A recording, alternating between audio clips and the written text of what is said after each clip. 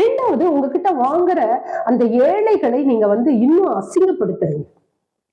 இன்னும் சிலர் இருக்காங்க, அந்த 150 ரூபாய் புடவையை கொடுக்கறது போட்டோ எடுத்து வேற பேஸ்புக்ல போடுறது, சோசியல் மீடியால. பிள்ளைகள் இந்த மாதிரி எல்லாம் ஒரு கிறிஸ்தவர்கள் செய்யாதீங்க. அதை விட ஒரு கேவலமான விஷயம் எதுவுமே இல்லை. புறமார்க்கத்தாருக்கு சத்தியம் தெரியாது, அவன் செய்யறத பப்ளிக் பண்றான். நீ அப்படி ஒரு போட்டோ எடுத்து 10 பேர் உங்களை பார்த்துட்டு ஆகான்ட்டாங்கன்னா பரலோகத்துல உங்க பொக்கிஷமே கிடையாது. ரொம்ப வேதனையோடு சொல்றாரு. அந்த ஏழைகளை அசிங்கப்படுத்தாதீங்க. அவன் சாப்பாடு இல்லாம துணி இல்லாம கஷ்டப்பட்டவங்க கூட பரவாயில்ல, நீ அந்த கொடுத்த அந்த போட்டோ எடுத்து சோசியல் மீடியால போடுற மாதிரி ஒரு கேவலமான விஷயம் எதுவுமே இல்லை.